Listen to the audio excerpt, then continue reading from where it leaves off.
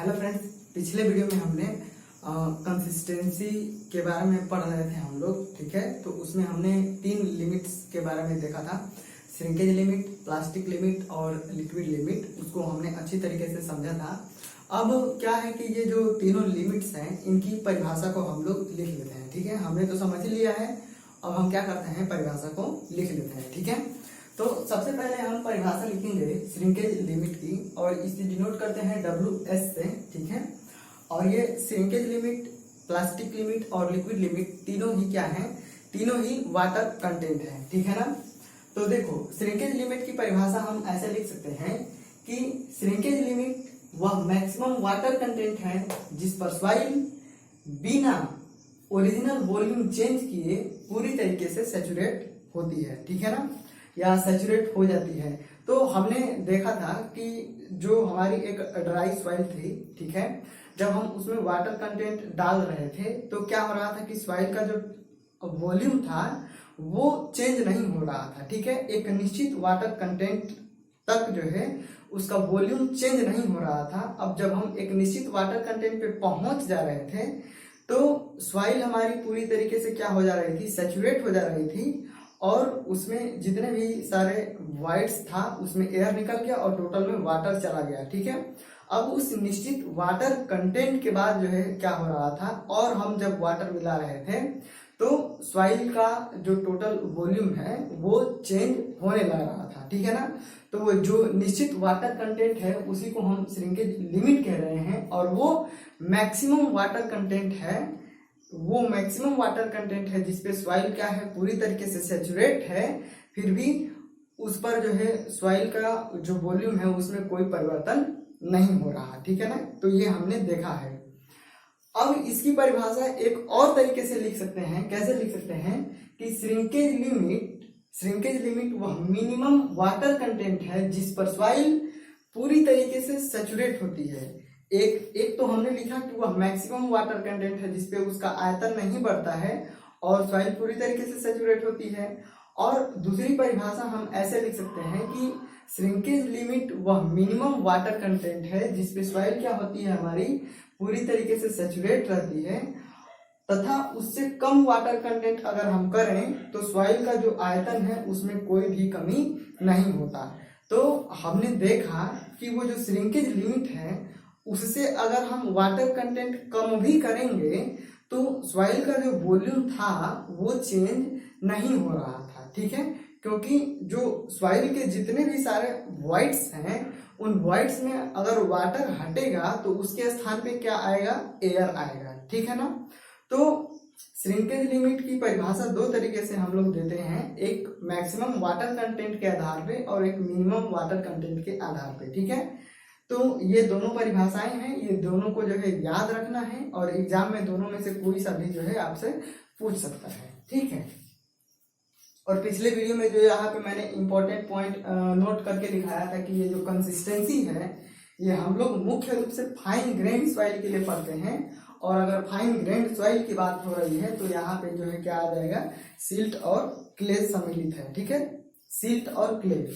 अब देखो, ये तो हमने श्रिंकेज लिमिट की परिभाषा पढ़ ली और समझ भी लिया। ठीक है, तो अब जो है एक सवाल है वो हम कर लेते हैं। ठीक है ना, अब इसको भी नोट कर लेना है कि श्रिंकेज लिमिट पे, एट श्रिंकेज लिमिट जो डिग्री ऑफ सैचुरेशन, ये जो S लिखा हुआ है ये डिग्री ऑफ सैचुरेशन है, ये क्या होता है, 1 होता है। ठीक है, तो अभी तो मैंने आपको बता दिया कि जो श्रिंकेज लिमिट पे डिग्री ऑफ सैचुरेशन का मान जो है 1 होता है। ठीक, अब देखो, अब मान लो कि एक क्वेश्चन है, ये वाला सवाल है, अब आपको इसको करना है, तो आप इसके कैसे करेंगे। देखो सवाल क्या है, एक सॉइल का श्रिंकेज लिमिट जो है 80% है। ठीक है, श्रिंकेज लिमिट दे रहा है 80% है। यदि सॉइल के कणों की जो है स्पेसिफिक ग्रेविटी 2.1 है, ये जो सॉइल के कणों की स्पेसिफिक ग्रेविटी जो कैपिटल G हम लोग निकालते हैं वो 2.1 हो, तो जो है यहाँ पे वॉइड रेशियो हमें बताना है। ठीक है, तो हम वॉइड रेशियो जो है कैसे निकालेंगे, तो ये सवाल है, ये आपको करना है। ठीक है, और ये इंपॉर्टेंट सवाल है, जो ऑब्जेक्टिव एग्जाम होते हैं जेईई के, उनमें जो है 1 लीनियर जो है क्वेश्चन ऐसे ही पूछता है। ठीक है ना, तो आप ट्राई करें, मैं उसे मिटा के जगह बनाता हूँ, फिर इसे सॉल्व करते हैं हम लोग। ठीक। ऊपर वाली परिभाषा को मिटा देते हैं। तो देखो हमने शुरू में ही फार्मूले पढ़े थे, बहुत सारे रिलेशन पढ़े थे, टर्मिनोलॉजी में कई सारे पदों में जो है हमने रिलेशन पढ़ा था। तो उसमें एक हमने पढ़ा था रिलेशन, हमारा था GW इक्वल टू SE, ठीक है, GW इक्वल टू SE। तो ये हमने जो है रिलेशन पढ़ा था, ठीक है। और ये क्या है, G कैपिटल G क्या है, ये जो सॉइल के कण हैं उनकी स्पेसिफिक ग्रेविटी है। ये W क्या है, वाटर कंटेंट है। ये कैपिटल S जो है डिग्री ऑफ सैचुरेशन है। और ये E क्या है, ये वाइड रेशियो है। तो इस क्वेश्चन में अगर हम देखेंगे तो हमें जो है श्रिंकेज लिमिट दे रखा है, और ये shrinkage limit, plastic limit, liquid limit क्या है, ये वाटर कंटेंट है, यानी कि हमें वाटर कंटेंट क्या है पता है, ठीक। अब इसके बाद से स्पेसिफिक ग्रेविटी दे रखा है, G का मान दे रखा है। अब इसमें जो है हमें डिग्री ऑफ सैचुरेशन का मान नहीं दे रखा है और पूछ रहा है कि वॉइड रेशियो बताइए, ठीक है ना। तो हमने जो पिछले वीडियो में समझा है जो भी, तो उसमें जो है आप समझ ही गए होंगे कि जो श्रिंकेज लिमिट है उस पे सॉइल हमारी क्या है, पूरी तरीके से सैचुरेट है, ठीक है ना।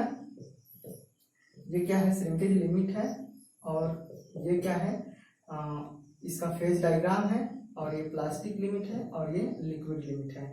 तो यहाँ पे है सॉइल, तो ये श्रिंकेज लिमिट पे हमारी सॉइल क्या है, पूरी तरीके से सैचुरेट है, ठीक है। तो इसमें जो जितने भी सारे ये सॉइल के कणों के बीच में जो वाइट्स हैं उनमें पूरी तरीके से क्या भरा हुआ है, वाटर भरा हुआ है। अब देखो एक चीज कंफ्यूज मत होना आप लोग, यहाँ पे जो है श्रिंकेज लिमिट 80% दिया हुआ है, और डिग्री ऑफ सैचुरेशन हम कह रहे हैं कि 1 है, 1 यानी कि 100%।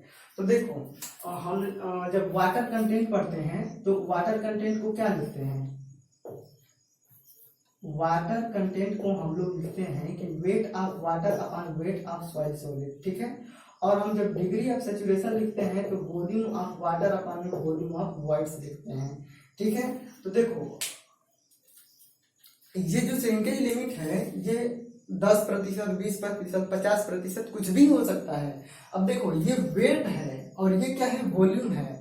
तो भार और आयतन दोनों भी अलग अलग चीजें हैं, ठीक है ना। तो इसमें कंफ्यूज होने वाली बात नहीं है। अब देखो श्रिंकेज लिमिट 80% है, यानी कि ये क्या है, वाटर कंटेंट है, यानी कि ये जो है वेट ऑफ वाटर अपन में ये जो वेट ऑफ सॉइल सॉलिड है इसका अनुपात कितना है, अगर हम इसे परसेंटेज में चेंज करेंगे तो ये 80% है। यानी कि ये जो कण है, ये कणों का वेट क्या है, ज्यादा है, ठीक है। देखो अब कणों का वेट से मत ज्यादा कंफ्यूज मत होना, मत बस ये समझ लो कि ये वाटर, ये क्या है, ये वाटर कंटेंट है, ठीक है ना। और ये वॉल्यूम से अलग है, ये भार को डिनोट करता है। तो जब हम वाटर कंटेंट ज्ञात करते हैं तो उसमें हम ये देखते हैं कि जो वाटर का वेट है, जो वाटर का जो वेट है ये कणों की तुलना में जो है कितना है। तो 80% कहने का मतलब है कि इसका जो है 0.8 गुना है, ठीक है ना। यहाँ से 80% करके आप निकाल लेना, तो यहाँ पे 80% करोगे और उसे फ्रैक्शन में चेंज करोगे तो वाटर वेट ऑफ वाटर कितना हो जाएगा, जो कण है, जो कणों का वेट है उसका जो है 80% क्या है, इसमें वाटर भरा हुआ है, तो ये वेट है, ठीक है। अब ये क्या है, वॉल्यूम है। तो डिग्री ऑफ सैचुरेशन क्या होता है, volume of water upon volume of voids. तो हमारे पास कितना वॉइड्स था, इतना ही वॉइड्स था, और उस पूरे वॉइड्स में वाटर ही भर गया है, तो दोनों का आयतन क्या होगा, समान हो जाएगा। तो समान हो जाएगा तो डिग्री ऑफ सैचुरेशन का मान क्या आ जाएगा, 1 आ जाएगा, ठीक है ना। तो जब आप ऑब्जेक्टिव देखेंगे कंपटीशन में या ऑब्जेक्टिव लगाएंगे तो उसमें कुछ नहीं देगा कि श्रिंकेज लिमिट पे जो है डिग्री ऑफ सैचुरेशन का मान 1 होता है, ये आपको पता होना चाहिए, ठीक है। तो उसमें कुछ कहेगा नहीं, ये आपको अंडरस्टूड रहना चाहिए और आपको मान रख के केवल हल करना है, ठीक। तो अब हम इसे सॉल्व करेंगे, तो देखो कैसे सॉल्व कर लेंगे। श्रिंकेज लिमिट है यानी कि वाटर कंटेंट है और G का मान 2.1 है, और इसे हम करेंगे तो 0.8 हो जाएगा, है ना। और डिग्री ऑफ सैचुरेशन का मान 1 है इंटू ई। अब इसे हम गुणा कर देंगे तो हमारा क्या आ जाएगा, वॉइड रेशियो आ जाएगा। ठीक है, तो इसे गुणा कर दो और ये तो 1.68 जो है क्या हो गया हमारा, वॉइड रेशियो हो गया। ठीक है, इसे गुणा कर लेना, ठीक है ना, अगर गलत होगा तो, क्योंकि गुणा ही तो करना है, बाकी जो समझने वाली चीज है वो तो हमने कर ही दिया।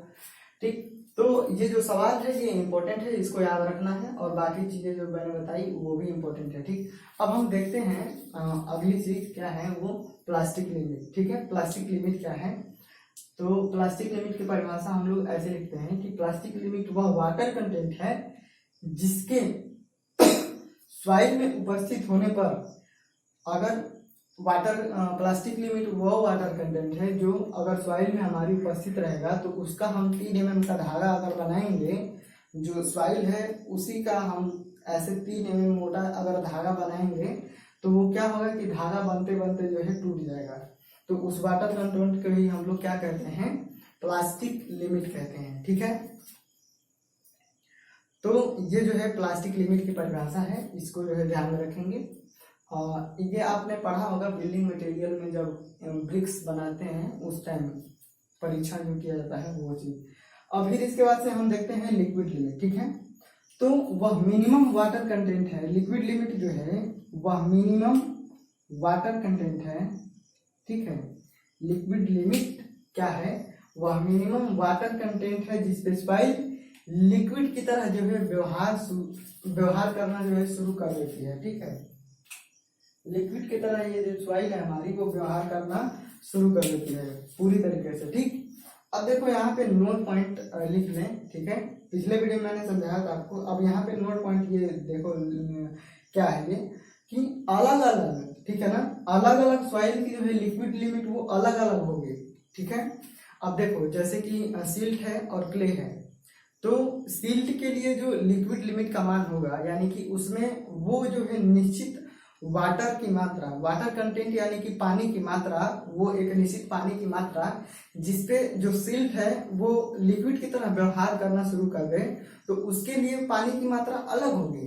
और अगर क्ले है तो क्ले के लिए जो पानी की मात्रा होगी कि वो लिक्विड की तरह ही पूरा व्यवहार करना शुरू कर दे, उसके लिए पानी की मात्रा अलग होगी। ठीक है, दोनों के लिए पानी की मात्रा अलग होगी। ठीक है ना, लेकिन परंतु लिक्विड लिमिट पर सभी सॉइल की शियर स्ट्रेंथ जो है सेम होगी।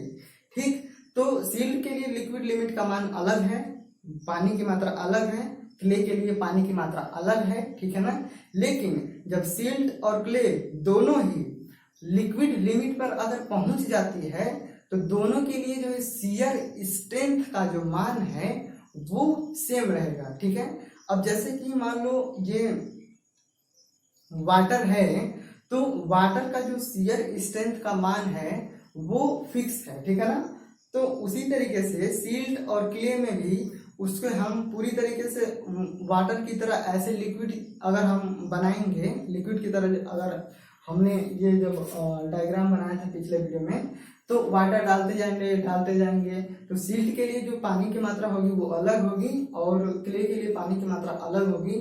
लेकिन जब वो दोनों लिक्विड की तरह जब व्यवहार करना शुरू कर देगी तो उस पर जब हम टेस्ट करेंगे ना तो दोनों की जो शियर स्ट्रेंथ जो होगी वो सेम होगी। तो ये पॉइंट जो है याद रखना है। ठीक है, ये पॉइंट याद रखना है। अब देखो at liquid limit shear strength जो होता है, लिक्विड लिमिट पे जो सॉइल का शियर स्ट्रेंथ होता है वो 2.7 किलो न्यूटन प्रति मीटर स्क्वायर होता है। ठीक, स्ट्रेंथ को हम लोग स्ट्रेस में ही व्यक्त करते हैं। ठीक है ना, तो स्ट्रेंथ क्या होता है, स्ट्रेंथ हमारा जो मैक्सिमम स्ट्रेस होता है जिसपे सॉइल हमारी क्या होती है, फेल हो जाती है, उसे ही हम लोग क्या कहते हैं, स्ट्रेंथ कहते हैं। ठीक, तो ये मैक्सिमम स्ट्रेस होता है। तो लिक्विड के लिए जो है 2.7 किलो न्यूटन प्रति मीटर स्क्वायर होता है।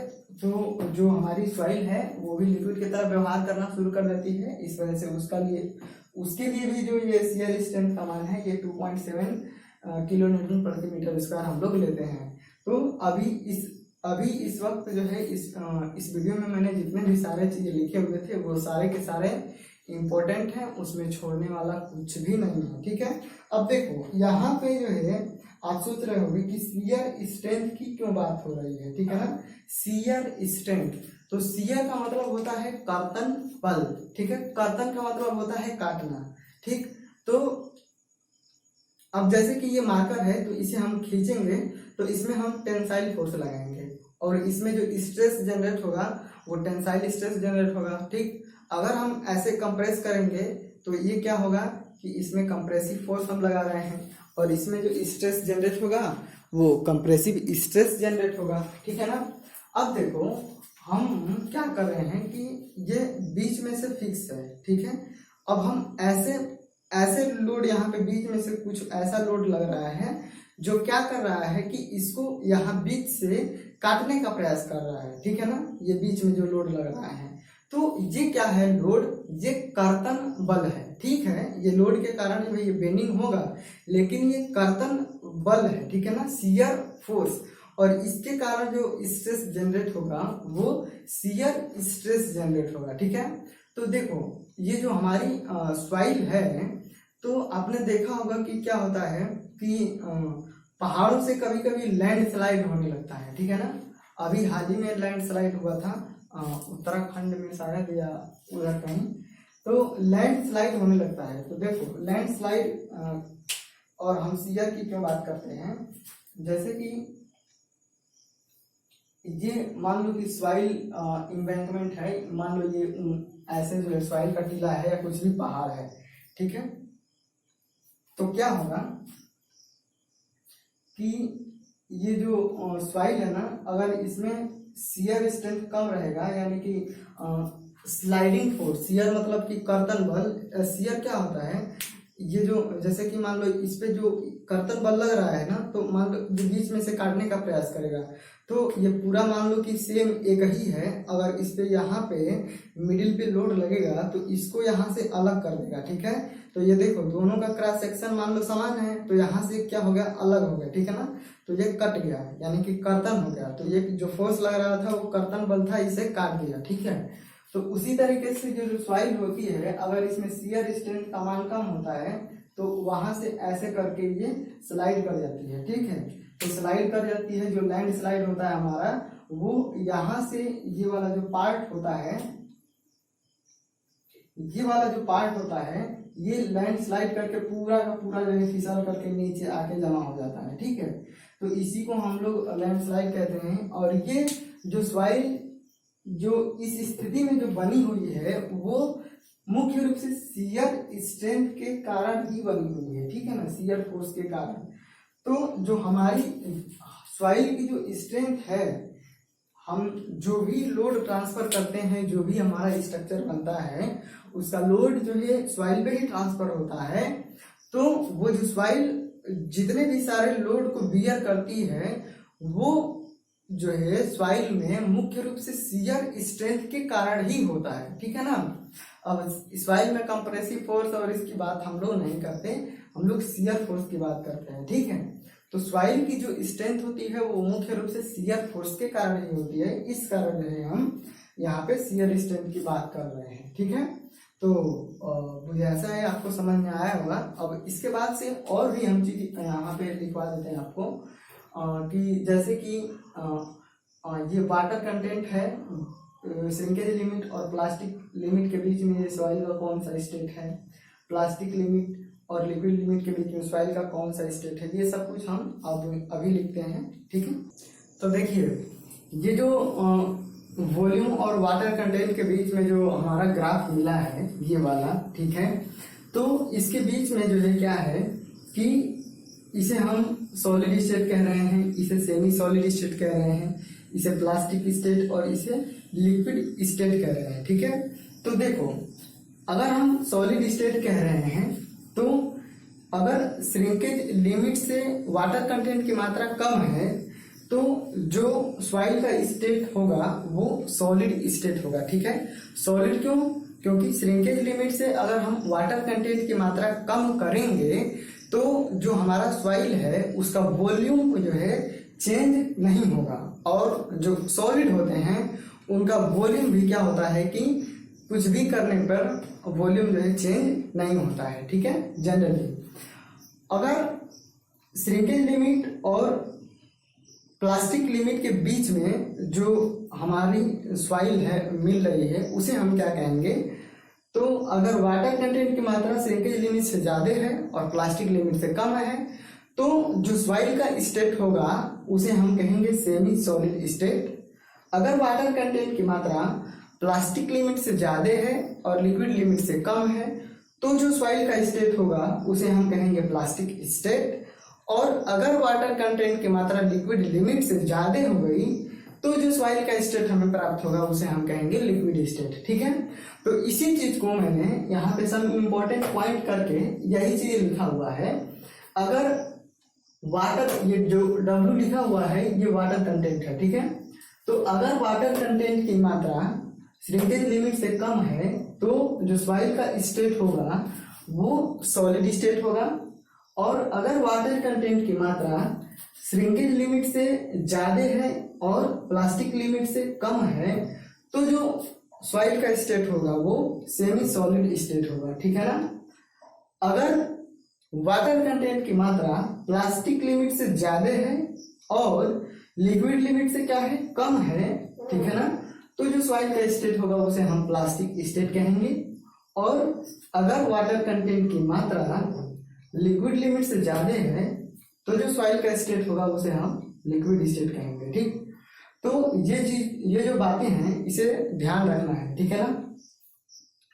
अब देखो एक चीज मैं फिर से बता दूं आपको कि ये जो जिस तरफ जो है मुंह खुला होता है वो चीज जो है बड़ी होती है। अब यहाँ पे WS श्रिंकेज लिमिट की तरफ मुंह खुला हुआ है तो इधर श्रिंकेज लिमिट वाला है। यहाँ पे वाटर कंटेंट की तरफ मुंह खुला हुआ है तो ये वाटर कंटेंट बड़ा है, ठीक है ना। तो जिस तरफ मुंह खुला होगा वही बड़ा होगा, इसमें कोई भी घबराने वाली बात नहीं है। चाहे सिंबल कैसा भी हो, चाहे ऐसा हो चाहे ऐसा हो, तो ऐसा रहेगा तो इधर कुछ रहेगा इधर कुछ रहेगा, तो जिधर खुला रहेगा ये बड़ा है। अगर ऐसा बना है तो इधर कुछ रहेगा इधर कुछ रहेगा, तो इधर खुला हुआ है मुंह तो ये वाला बड़ा है, ठीक है ना। अब देखो एक बात और इसमें देखना कि ये तो हमने देखा वाटर कंटेंट के आधार पे, ठीक है। अब देखो अगर हम दो स्टेट की बात करें तो सॉलिड स्टेट और सेमी सॉलिड स्टेट के बीच में क्या आ रहा है, श्रिंकेज लिमिट आ रहा है, ठीक है ना। तो सॉलिड स्टेट और सेमी सॉलिड स्टेट के बीच में जो हमारी सॉइल होती है वो उसका जो है कौन सा लिमिट मिलता है, तो श्रिंकेज लिमिट हमें प्राप्त होता है, ठीक है। इसी तरीके से सेमी सॉलिड स्टेट और प्लास्टिक स्टेट के बीच में जो है हमें प्लास्टिक लिमिट प्राप्त होता है। फिर प्लास्टिक स्टेट और लिक्विड स्टेट के बीच में हमें जो है लिक्विड लिमिट मिलता है, ठीक है ना। प्लास्टिक लिमिट मिलता है, यहाँ पे लिक्विड लिमिट मिलता है। तो ये पॉइंट भी जो है याद रखना है। इसको मैंने लिखा नहीं है, इसको आप इसी में समझ लेना, ठीक है। अपनी भाषा में नोट्स में अपना लिखना चाहो तो लिख लेना, ठीक। तो ये चीजें हो गई। अब देखो ये हो गया ना। अब वहीं पे ये जो ग्राफ मैंने बनाया है ये उसी के नीचे बना लेना है, ठीक है। अब वहां पे जगह नहीं था इस वजह से मैंने यहाँ पे जो है आपको समझाने के लिए बना दिया, ठीक है ना। अब देखो सॉलिड स्टेट से लिक्विड स्टेट की तरफ जाने पर क्या होता है कि जो सॉइल होती है उसकी शियर स्ट्रेंथ का जो मान होता है वो कम होता है। और मैंने आपको बताया कि जो सॉइल की स्ट्रेंथ होती है वो शियर स्ट्रेंथ के ही कारण होती है, ठीक है ना। तो हम सॉलिड स्टेट से लिक्विड स्टेट की तरफ आ रहे हैं, यानी कि जो सॉइल है उसमें हम वाटर की मात्रा बढ़ाते ही जा रहे हैं। तो क्या होगा कि जो शियर स्ट्रेंथ का मान है वो क्या होगा कि कम होता जाएगा। अच्छा आप एक बात ध्यान देना कि जो हमारा वाटर होता है, आप क्या वाटर जो है उस पर आप लोड लगाते हो तो वो सह लेता है, नहीं सहता है। आप जैसे ही वहां पे कुछ भी फोर्स लगाने की बात करोगे, आप जैसे ही कुछ भी रखोगे वो तुरंत हट जाएगा और वो चीज जो है डूब जाएगी, ऐसा होता है ना। तो उसमें जो शियर स्ट्रेंथ का मान होता है वो बिल्कुल ही नहीं होता, शियर डिफॉर्मेशन होता रहता है। जो लिक्विड हमारा है, वाटर है या कोई भी लिक्विड है, उसमें शियर डिफॉर्मेशन कंटिन्यूसली जो है होता रहता है, यानी कि वो तुरंत हट जाता है, उसी को शियर डिफॉर्मेशन कहते हैं। तो उसमें शियर स्ट्रेंथ कुछ भी नहीं होता है। तो जैसे जैसे हम सॉइल में वाटर की मात्रा बढ़ाते जाएंगे तो जो हमारा पूरा सॉइल है वो भी तो वाटर की तरह ही व्यवहार करने लगेगा, क्योंकि वाटर की मात्रा तो ज्यादा हो रही है। तो इस वजह से शियर स्ट्रेंथ का मान क्या होता है, कम होता जाता है, क्योंकि जो लिक्विड है, लिक्विड में शियर स्ट्रेंथ होता ही नहीं है, ठीक है, होता है बहुत कम होता है इस वजह से। तो देखो अगर सॉइल सॉलिड स्टेट में है, ठीक है, तो उसका जो स्ट्रेस और ये एप्सिलॉन लिखा है स्ट्रेन है, तो स्ट्रेस और स्ट्रेन के बीच में जो ग्राफ मिलेगा वो कुछ ऐसा मिलेगा, ठीक है ना, वो ऐसा ज्यादा ऊपर की तरफ है, ठीक। अब जैसे ही सेमी सॉलिड स्टेट में सॉइल आई, हमने वाटर मिला दिया, तो इसका जो ग्राफ है वो थोड़ा सा नीचे की तरफ झुकेगा, यानी कि इसमें देखो, इसमें स्ट्रेन का मान क्या है, कम है, ठीक है, ये वर्टिकल है इसकी तुलना में, तो इसमें स्ट्रेस का मान ज्यादा है, स्ट्रेन का मान कम है। सेकेंड वाले में हमने और वाटर कंटेंट मिलाया, तो इसमें स्ट्रेन का मान ज्यादा है और स्ट्रेस का मान जो है कम है इसकी तुलना में, ठीक है, इसकी तुलना में इसमें स्ट्रेस का मान कम है और स्ट्रेन का मान ज्यादा है।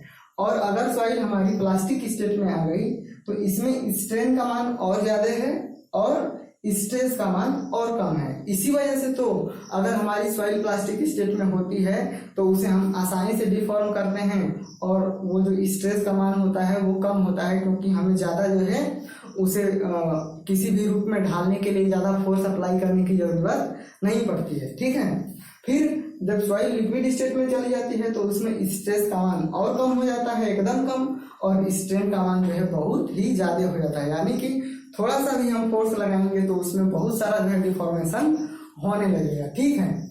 तो ये जो हमारा सॉइल होता है उसका जो है ब्रिटल फेलियर होता है, ठीक है ना, जो सॉइल होती है, सॉइल का जो फेलियर होता है वो ब्रिटल फेलियर होता है, ठीक है। एक होता है टेंसाइल फेलियर, एक होता है ब्रिटल फेलियर। तो ये चीजें जो है स्ट्रेंथ ऑफ मटेरियल में आपने पढ़ा होगा या आप पढ़ेंगे, ठीक है। तो ये चीजें होती है। तो अभी तक इस वीडियो में जितना भी सारा कुछ मैंने बताया, सारा कुछ ही इम्पोर्टेंट है, आपको सारा कुछ ही याद रखना है, इसमें कुछ भी छोड़ना नहीं है, सारे चीज जो है ऑब्जेक्टिव में पूछे जाते हैं। अब हम अगले वीडियो में जो है बात करेंगे कि जो सॉइल है उसकी जो है लिक्विड लिमिट जो है हम कैसे ज्ञात करते हैं, ठीक है। अगर आपको कुछ भी नहीं समझ में आया हो तो जो है आप कमेंट करके जो है पूछ लेना, ठीक है। और मिलते हैं हम लोग अगले वीडियो में।